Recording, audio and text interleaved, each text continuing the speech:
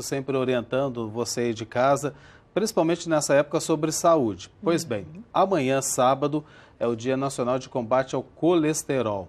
A data é dedicada a alertar a sociedade sobre os danos que o colesterol pode causar à nossa saúde e a preocupação que não se limita somente aos adultos. Atenção, hein? As crianças também têm registrado colesterol alto. Quem fala sobre isso com a gente é a Fernanda André, endocrinologista. Fernanda, boa tarde para você, seja bem-vinda aqui à Central da Esperança. Para a gente começar, inclusive nessa prestação de serviço para quem está acompanhando aí de casa, o que é o colesterol? Muita gente ouve falar, gostaria que você explicasse. Boa tarde para você. Tudo bem? Boa tarde.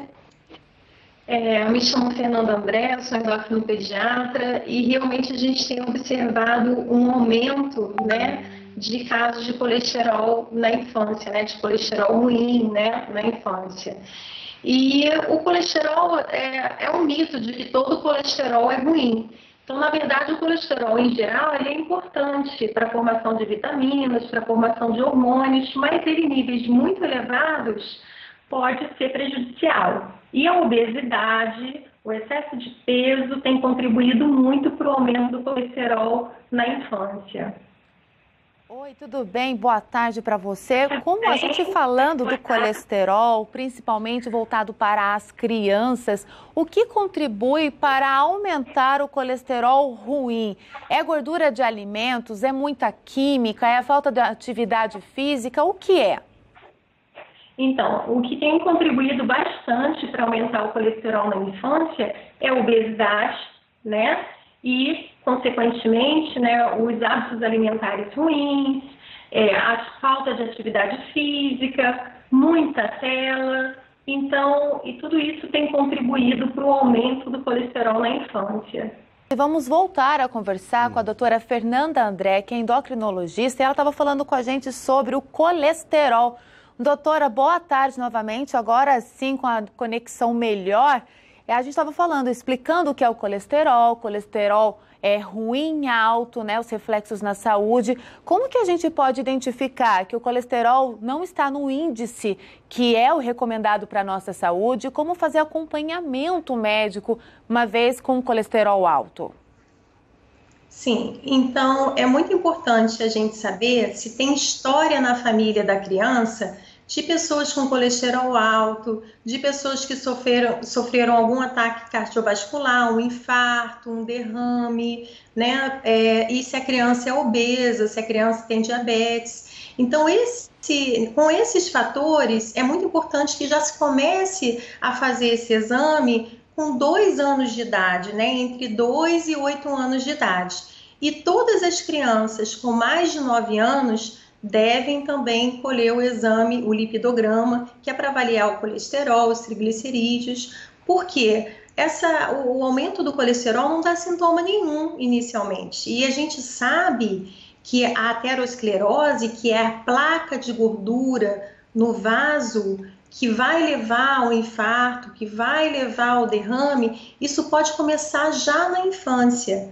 Por isso que é tão importante o pediatra da criança estar atento a esses fatores de risco para começar a fazer a avaliação. E se tiver o colesterol ruim, que é o LDL, maior que 130, os pais têm que procurar o pediatra ou o endócrino pediatra.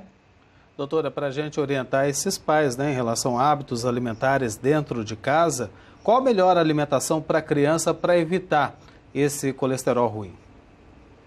Sim, a alimentação tem que ser a alimentação mais natural possível. Temos que evitar excesso de doces, bolos, biscoitos recheados, alimentos industrializados. A gente tem que colocar as crianças para fazer atividade física, Então, hoje tem uma preferência pela tela, pelo computador, pelo celular, pelo videogame, então a gente tem que colocar essas crianças para fazer atividade física também. E uma coisa muito importante é que às vezes a criança tem uma alimentação saudável, faz atividade física, mas se essa criança tiver na história da família casos de colesterol elevado, essa criança tem que ter o exame feito também entre 2 e 8 anos, porque existe uma alteração que chama hipercolesterolemia familiar, que é uma coisa genética, que pode aumentar o colesterol da criança desde muito cedo, e isso pode levar a um infarto cedo. Então, a gente tem que prestar atenção aos hábitos alimentares, à atividade física, mas também tem que estar atento se na família daquela criança tem pessoas com colesterol alto. Pensando na família das crianças, doutora, a gente também tem grande preocupação e um grande público aqui na TV Aparecida dos idosos. O tratamento, acompanhamento de uma criança, um adulto, um idoso, se tratando de colesterol, é o mesmo?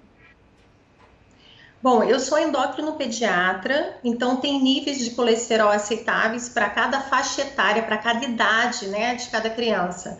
E medicações que podem ser feitas em adultos e idosos, mas que não podem ser feitas em crianças. Então, o idoso ele tem que buscar um endocrinologista geral e as crianças e adolescentes devem buscar um endócrino pediatra, porque o tratamento é diferente. A gente tem a detecção do colesterol pelo exame de sangue, né? A senhora já falou aí. Sim. Mas tem alguns sintomas que a criança pode apresentar que indicam a presença desse colesterol ruim, doutor? Não, só se o colesterol estiver muito elevadíssimo, nos casos de alteração genética grave, que podem aparecer, como se fossem os nódulos de gordura no rosto, na pele. Mas isso são casos muito graves. Então, na grande maioria das vezes, a criança não vai ter sintoma nenhum. Por isso que o pediatra tem que estar atento, os pais devem estar atentos. Tive caso de infarto na família, eu vou levar o meu filho de 2, 3 anos e eu vou pedir para o pediatra pedir esse exame dele. Então, por isso é tão importante, pela falta de sinais e sintomas, que a gente fique atento à história da família e à saúde da criança, à saúde alimentar e atividade física. Doutora Fernanda, a gente quer agradecer a sua participação, sua entrevista, com certeza, né, trazendo esse alerta, conscientização para os pais acompanharem melhor a alimentação, a atividade física e essa questão do histórico, né, que a criança ela não sabe se tem esse histórico, mas o papai e a mamãe, eles sabem desse histórico da família. Muito obrigada, uma boa tarde para você. Eu que agradeço a vocês, estou à disposição sempre. Um abraço. Um abraço.